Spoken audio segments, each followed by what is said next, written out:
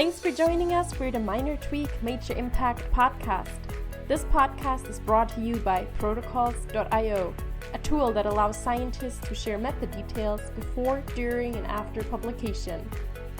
We're back from our summer break, and I'm very excited to have Dr. Stephen Flohr, who is an assistant professor at the University of California in San Francisco, as the guest for today's episode. Stephen, I would like to welcome you to the Minor Tweak, Major Impact podcast. Yeah, thanks for having me. Excited to be here. Stephen, can you please tell us a little bit about yourself, your background, and what you're currently working on? I'm right now an assistant professor at the University of California in San Francisco. I did my college education in Kansas, where I majored in physics and computer science, and then got a Ph.D. in biophysics from UCSF. Did my postdoc with Jennifer Doudna at UC Berkeley, and came back to start my own group just 2 years ago at UCSF. And what does your group currently work on?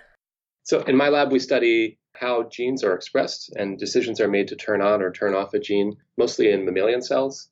There's a lot of work that's focused on control at the transcriptional step.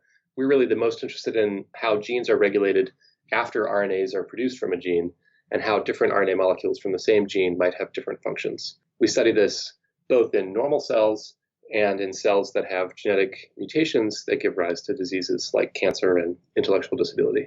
So you said you were working in Jennifer Doudna's lab, and I guess from Jennifer Doudna's lab, we saw all the CRISPR technology come out, and I really think that genome engineering as a whole field has been rapidly growing over the last couple of years, and it has a lot of potential in many areas. Where do you really see this field going in the next 15 to 20 years from now? I think there's a few major advances that are happening now. The first one I'd like to focus on is that right now people mostly use genome editing to inactivate genes.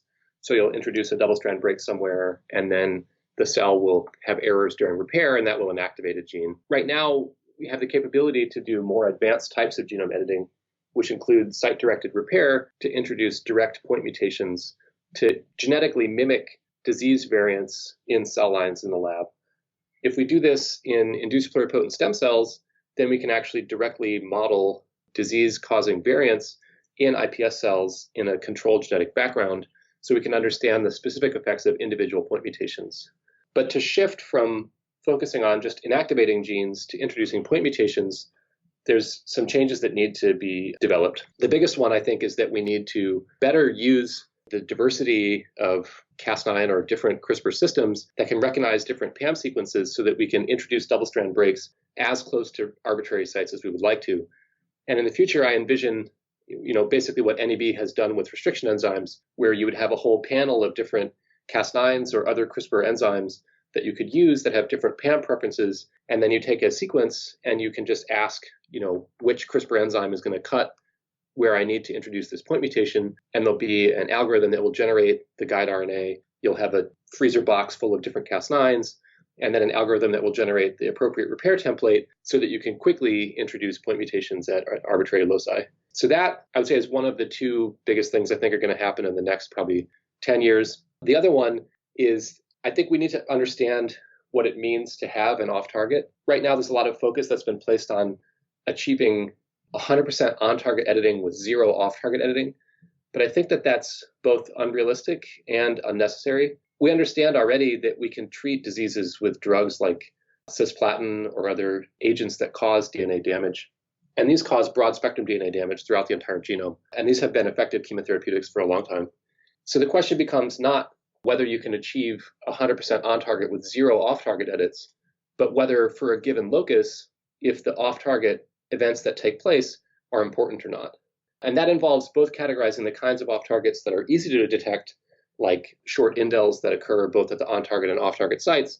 That involves both detecting short insertions or deletions at the on-target and the off-target sites, as well as detecting large regions that can be deleted around the on-target site, or things like chromosomal translocations.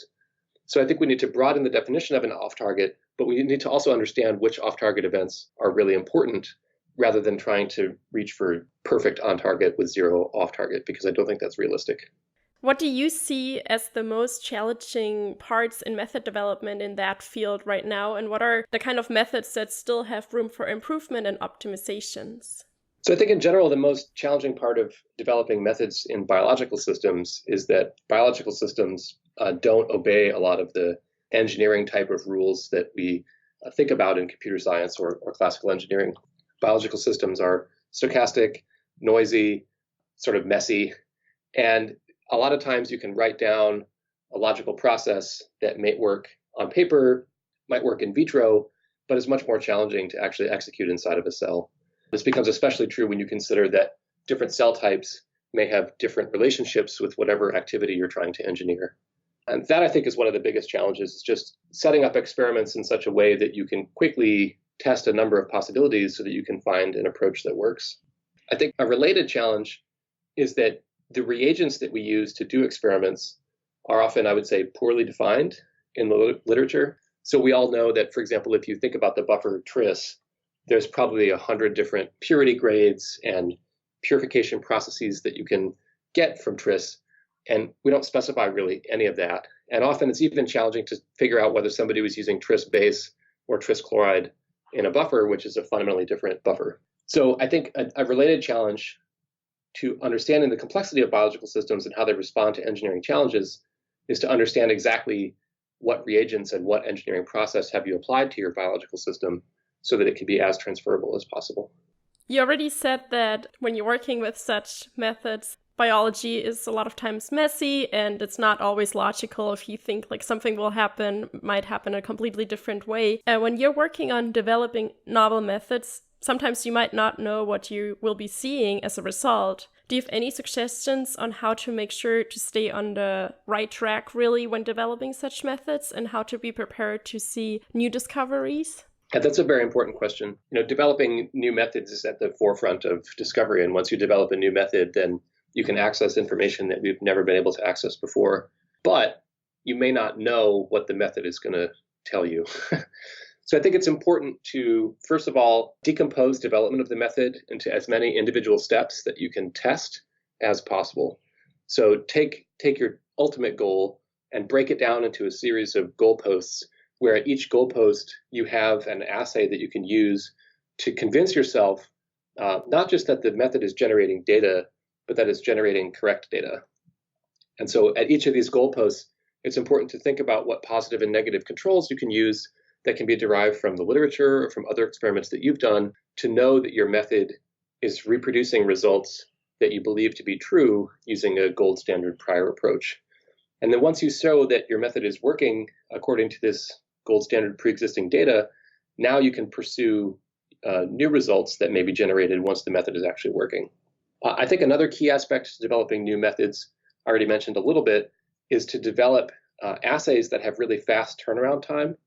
So if each test of your new approach takes a week or longer, then it's going to be very challenging to sort of go through this process of unpredictable engineering. And so the question becomes, is there a way that you can assay the functionality at each of these goalposts as quickly as possible? And sometimes spending a week accelerating the process of troubleshooting might save you months in the long term.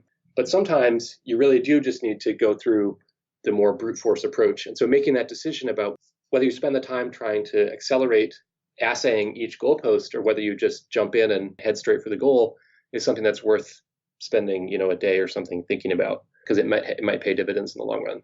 And the last thing that I would mention about that is that, sometimes when you're performing experiments, especially when you're using a new method, you may reach a goalpost where everything makes sense.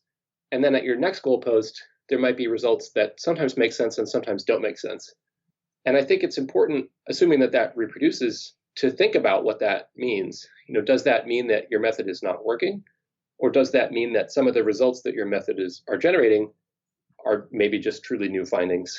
So just because something doesn't match your expectation doesn't mean that it's wrong. It just means that you have to now design other experiments to understand whether it's working correctly and you've discovered something truly new. Very interesting. And another thing that I would like to touch on is your lab has published a lot of methods, and I was wondering, where do you see the value of making methods public? And also, when do you think is really the right time to make a method public? And what methods might be better to be kept private for a longer time? Like, when is really the good time to share a method, and when should you keep something private?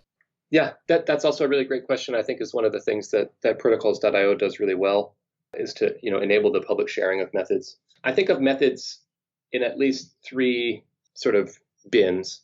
There's internal methods that are under development where you don't know whether something is working or not. And I think it's appropriate to keep those internal until you understand whether it's working, to not lead other people astray that may not have the same expertise as you to decide whether it's working correctly or not. Then there's methods that are working in your lab that are relatively detailed and involve every piece of equipment that's exactly in your lab, is very specific to exactly how somebody would set up an experiment from start to finish, given the set of reagents, equipment, facilities, and everything else that you have in your lab space. And then the third category are methods that we associate with publications, which are kind of an abstracted version of the second category. So methods that are shared publicly but are specific to your lab are going to involve a lot of instructions about, exactly what tube to put in which slot of the centrifuge and these kinds of things. Whereas a method that you publish in a paper is going to just say, spin the tubes at 36,000 RPM in a SW41 rotor, without regard to where the centrifuge is or what model centrifuge it is or how you actually turn on the centrifuge on. So methods associated with publications are often very abstracted versions of the method that you would actually use to implement in a lab. And I think one of the values of sharing public versions of what you work on in the lab is that it's a much more detailed version of what you would find inside of a paper. While people may not have all of the exact equipment or facilities that are in your lab-specific method, they at least can understand, exactly how are you doing these things. And communicating the detail with which some methods are performed can be extremely important. So, just changing the way that you perform one step, even something as simple as the angle of a tube that you hold something at, might have profound impacts in terms of the way that a method performs. And yet those details are almost never included in publications. So I think the public sharing of these sort of lab-specific protocols fills a really crucial niche that spans protocols in development that exist in the lab and protocols that are associated with publications. What do you think about sharing methods with negative results? So if you attempted a method and it didn't work for you, do you think that's a good thing to share too? Or how do you feel about this, sharing methods that didn't work? Yeah, that's a really good question too.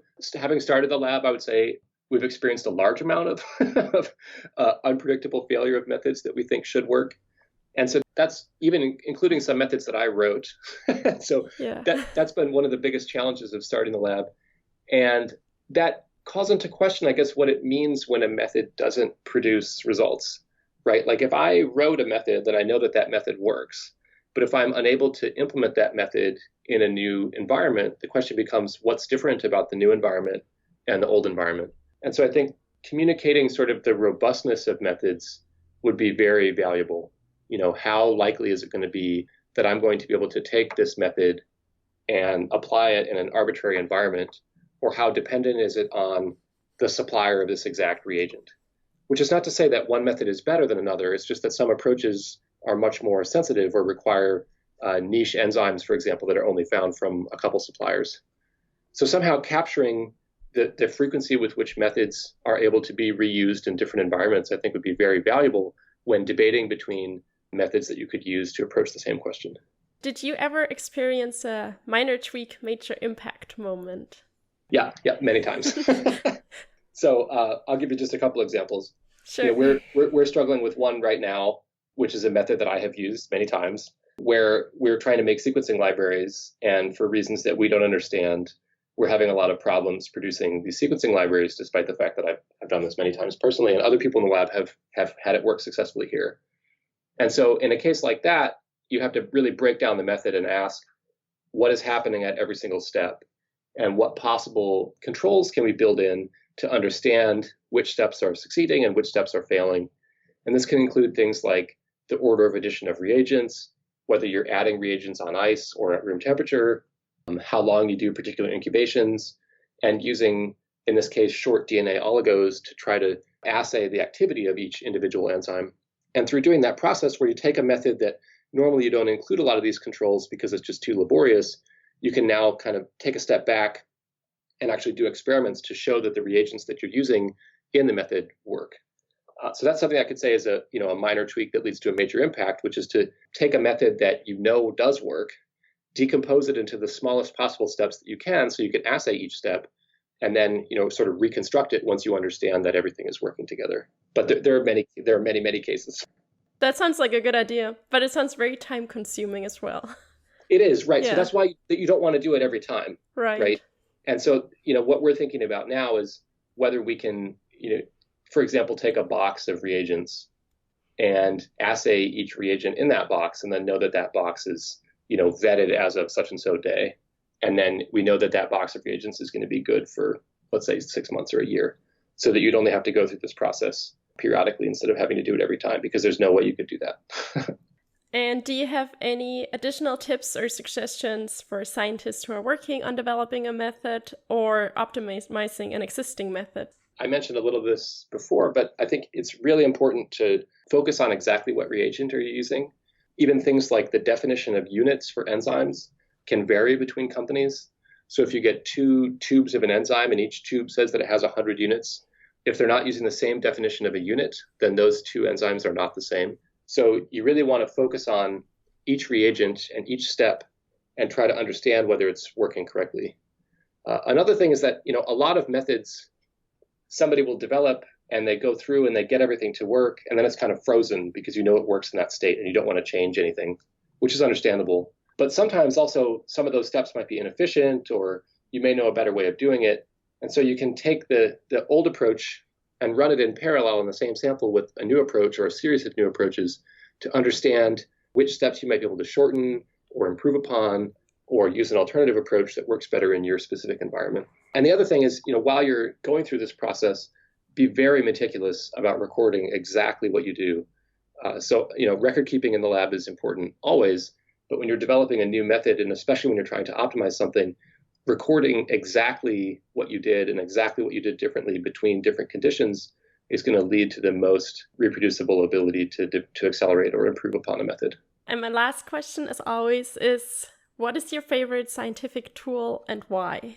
Maybe this will reveal me as an old school biologist, but I have to say my favorite lab tool is probably the centrifuge, because it's just so beautifully simple, and yet you can do so many different things with the centrifuge.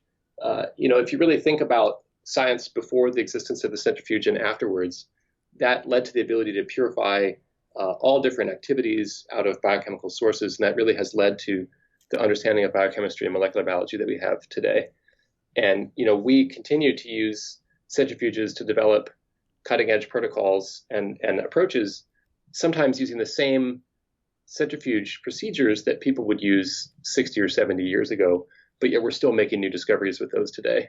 So I would have to say, because of its simplicity and essentiality in the lab and continued being a presence at the forefront of method development, that I would say the centrifuge is my favorite lab tool. Very cool. Stephen, thank you so much for being with us today and sharing your stories and insights on the Minor Tweak, Major Impact podcast. Yeah, thanks for having me. It was a lot of fun. This is your host, Anita, and we look forward to being with you for our next episode.